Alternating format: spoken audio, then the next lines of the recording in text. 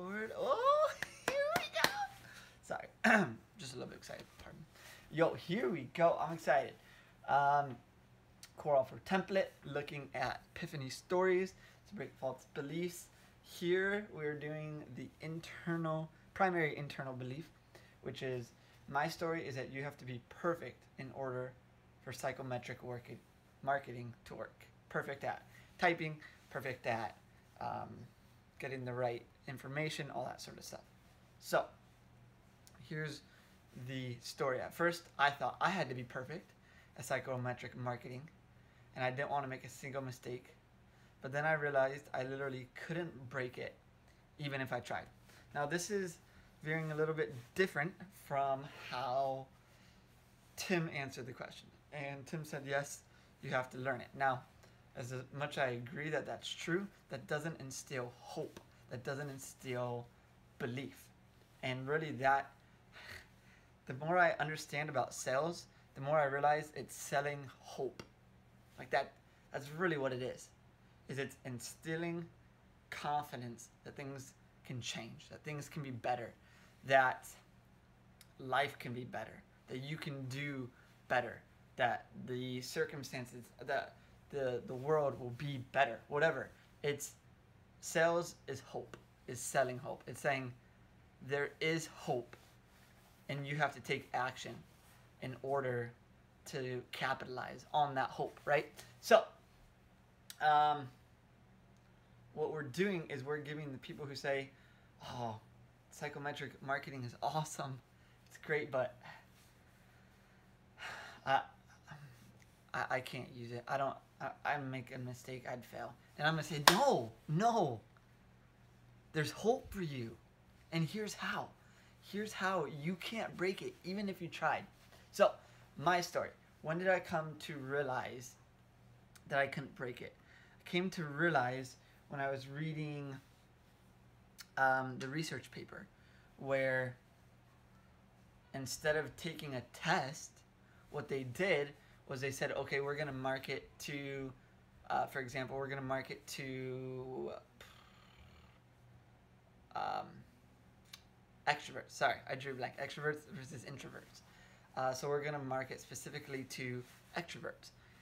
And they decided that first, and then they crafted their message and their advertising and everything in order to appeal to extroverts, right? So that is the same thing that we will be doing. So, well, if I'm appealing to extroverts, aren't I missing out on the entire other half of the population, the introverts? And how I would answer that is yes, one of two things. One, you have to determine who you are. Are you an introvert or are you an extrovert? And you start with that. You first start fully embodying and becoming congruent with who you were made to be, and start communicating fully in that. Because it's so easy to, as doing sales, to want to win approval from those who you're trying to sell, and so you'll do anything. You'll say, I'll do this, I'll do that, I'll do, I'll drop the price, I'll do a pricing plan, I'll put a discount, everything. And so what we want to do is negate that and say, you need to be yourself, you need to be authentic, you need to be vulnerable, and fully embody who you were made to be, right? So if you're an introvert, you communicate to introverts. If you're intuitive, you communicate to intuitives. If you're thinking, you communicate to thinking types, right? And these sort of things. After that, once you have fully understood yourself, once you have fully understood your customer and communicated with them, only then do you reach out into a larger group of people. Because you have your foundation, you have your base. You say, okay, I know myself, I know my message, I know my core, my people. Now I want to start helping other people and serving other people. And then that's when you evolve to be able to communicate and bridge gaps that you hadn't been able to bridge in the past. But here's the issue. If you start with, oh, I want to reach everybody at once, two things will happen. One, you'll get muddled. You'll get muddled in understanding yourself versus understanding them. And what will happen is you'll lose yourself and you'll lose your identity as you try to become other people, as you try to win other people. Um, and what will that do? What will that do? It will eat you away from the inside. And I've been there. I think a lot of salespeople have been there, especially when they first start off, where it's, I need to close everybody. I need to sell to everybody, so I'm going to do whatever it takes and say whatever people want to hear, do whatever people want to, do whatever people want me to do, right? Just to get the sale. I have to get the sale. I have to get the sale.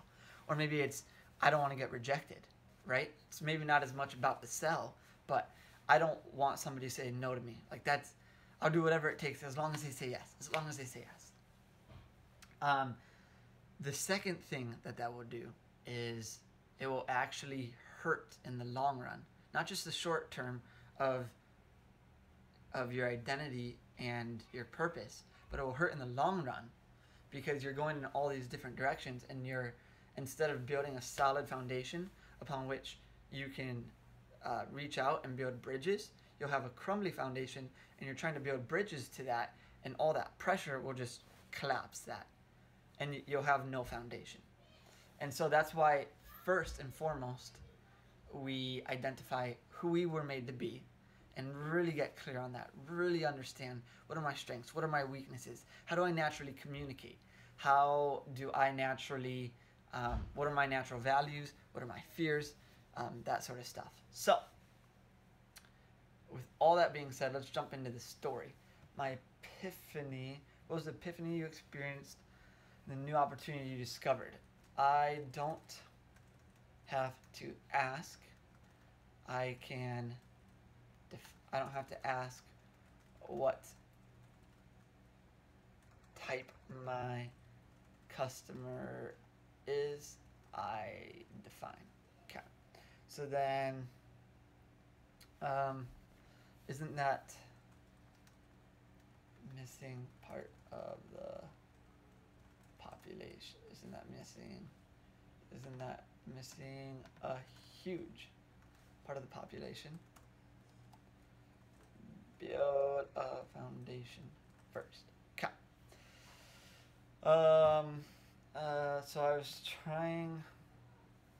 What was my backstory? My story is that you have to be perfect in order for psychometric marketing to work. What was my backstory in psychometric marketing? What is your so let's say, what is it you want to accomplish? I wanted to determine if psychometric marketing would work for me. Wanted to determine if psychometric marketing would work for me. What was the external struggle you were dealing with?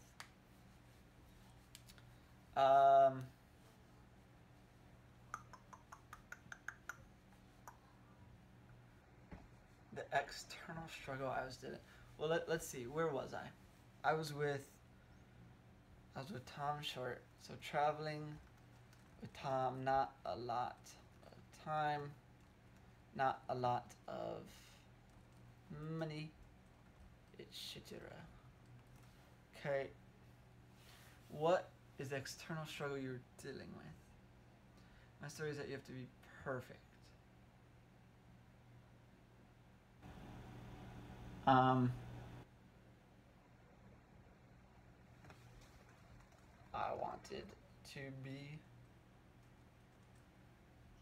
wanted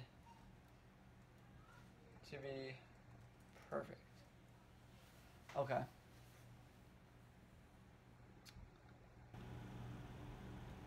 So this is interesting. Because all of these have the same backstories, same desires.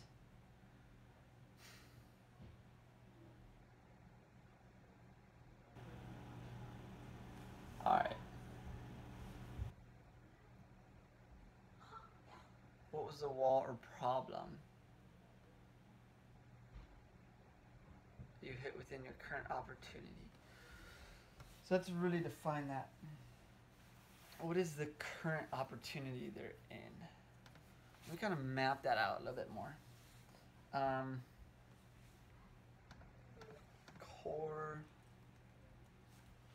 builder. I think that'll be really good. Demographics. So let's just brainstorm for a yee little bit. Let's go here. Their current opportunity, or their red ocean. So for conversion rate funnel optimization, you go to skyrocket, create lifelong.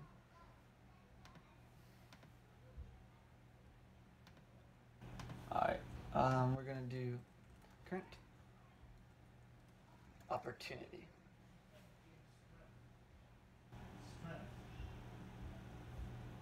Converting funnels, so split testing, paid ads, high ticket sales, webinar.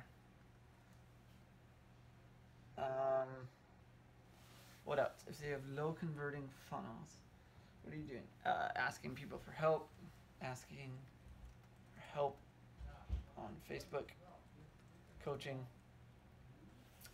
webinar. If we're doing high ticket sales, what are you doing to currently do high ticket sales? Probably a lot of one-on-one stuff. One-on-one selling, prospecting, etc. Okay. What else? Let me look up.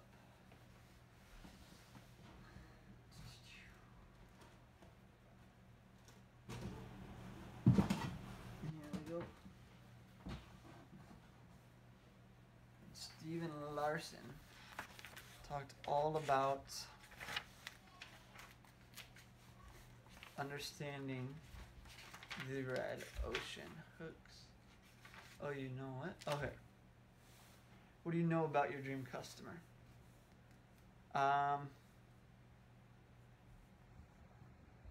Who do I sell to? Then what do I sell to them?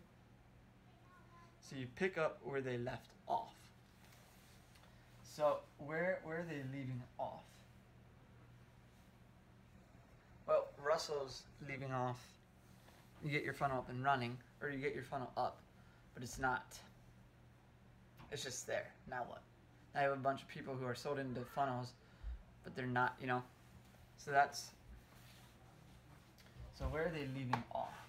That's a good question. Current opportunity.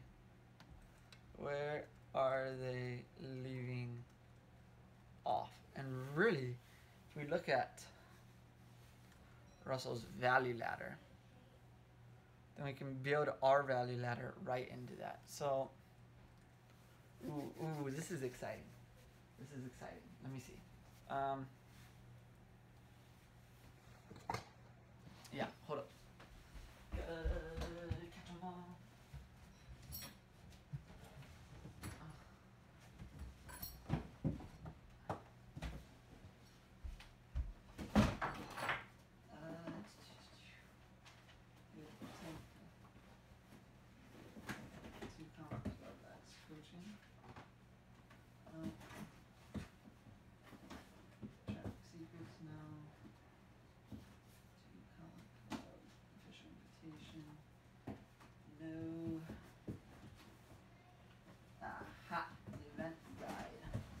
Here we go. Oh, come on. There we go. Event guide. Let's look in here. We got our boy. Wait, is it not? Surely it's in here. We got all the speakers, Jamie, Julie, Myron, paid ads, winners, inner circle, ads. Ooh. It's not in here. Okay, hold up.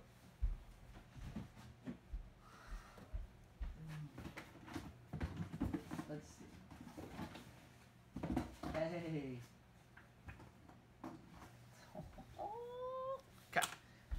focus. Nashville, welcome. Currently to Club X. Oh, it wasn't there. Okay. Alright. Here's the value ladder, right? So we got free. Starts here by providing most value for free than most people charge for. Dope, good start. Then, oh, look at this. Information, implementation, customization. Dang, that's pretty dope. Okay. So then the secret books. The books are the underground playbook for growing your business with sales funnels. Okay. Then one funnel away challenge. The challenge is an intense 30-day immersion to help you get your first funnel built fast. Then implementation, funnel hacking live. You're just one funnel away from your 2 Comma Club award. The annual invite to launch and scale your funnel. Then 2 Comma Club coaching. Get personal hand holding in our group coaching program to get you from where you are now to where you want to be. Only 1,000 members allowed at any time. Then Inner Circle 100. Then Category King Council. Council is limited to just 5 people. Everything else at the council remains private among the members. So, 2 Comma Club coaching value ladder. The yellow brick road to your dreams. So question is picking up where they're left off. So you've done the one funnel away challenge, and either you got your funnel off the ground, or you haven't quite gotten your funnel off the ground, and you need help finishing it. Coming in there and saying, okay, you started this, now what? A lot of people are just left, now what? Right? What's going to happen now that I have a funnel up? It's, hey, now what you need to do is, ideally you should be having traffic, and you should be publishing. But then let's optimize this. Let's start split testing this. Now that you have a list, now that you have things coming in, let's scale it, right? Little by little. So I don't want to work directly with one funnel away challenge people, just because it's a little low on the ladder, to be honest.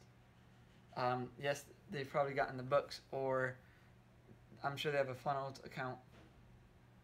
So I'm not against that, but I would rather pick up with people who are in between Funnel Hacking Live and 2 Comma Club coaching, who went to Funnel Hacking Live. They're like, this is great. I have a funnel. I need to scale it, but they didn't do 2 Comma Club coaching, probably because of price, which kind of scares me. It probably just means more people are logical than emotional, which again kind of scares me. We'll see. Yeah, because between 2 Comma Club coaching and Inner Circle, I mean, if they're in coaching, they're sold. If you're coming to live, you're pretty sold as well. So we'll see. I'm sure there's a lot of people who do the one funnel away challenge, and like Harkeem wanted to come to live, but it just wasn't a priority, or wasn't able to, you know. So maybe there's some good money in there between. Ooh, yeah, the information and implementation. Everybody, people have the information. Now let's start helping them implement that. So I think that's a good place to leave, to pick up. Current opportunity. See, click funnels value ladder. So one funnel away, or funnel hacking live. All right, good question. What else? What do I sell? What do I sell to them? Pick up where they left off. So, what are the problems are the problems one funnel away users have? What are the problems funnel hacking live users felt, right? So, personas of the red ocean, you got the diehards, you got the successful, and you got the hate. So here's the hard thing.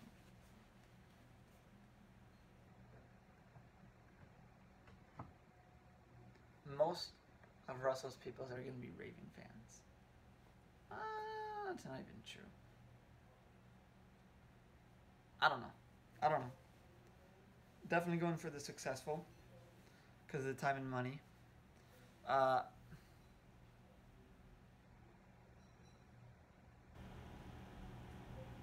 Do they hate it? No. Are they frustrated with it? Yes. So, what are the current beliefs about their current vehicle? Oh man, these are great questions. I'm gonna move the mic here so I can type. So, of people who have just finished, who have just attended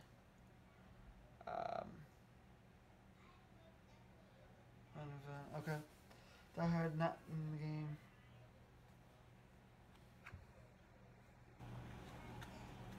Okay. Let's go to here, go red ocean questions. What are the current beliefs about their current vehicle?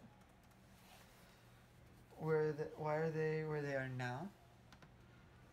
Why are they where they are now?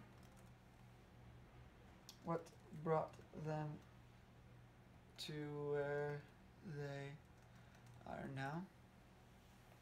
Good. What brought them there? What's giving them their identity? Customer origin story. Why do they care? And why do they want two origin stories? The topic and the presenter. Okay. Customer's journey behavioral. The red ocean is what reveals the blue. Not you. So beliefs in personal identity. So vehicle. Security's identity, external resources. So what are the current beliefs that got them into their current vehicle? What are their so identity? What's currently giving them their identity? And then external. What are their current beliefs about their resources? What are current what are their current insecurities? Good. That got them into customer. Why do they care and why do they want a solution? Okay, I feel like that's a good place to start. What's kind of cool is I'm selling to myself because I literally don't know if this works or not. So I think the understanding will be there. I'd say I have a pretty dang lot of confidence to be putting down the money and time that I'm doing. So, whew, let's make it happen. Definitely need to use the bathroom.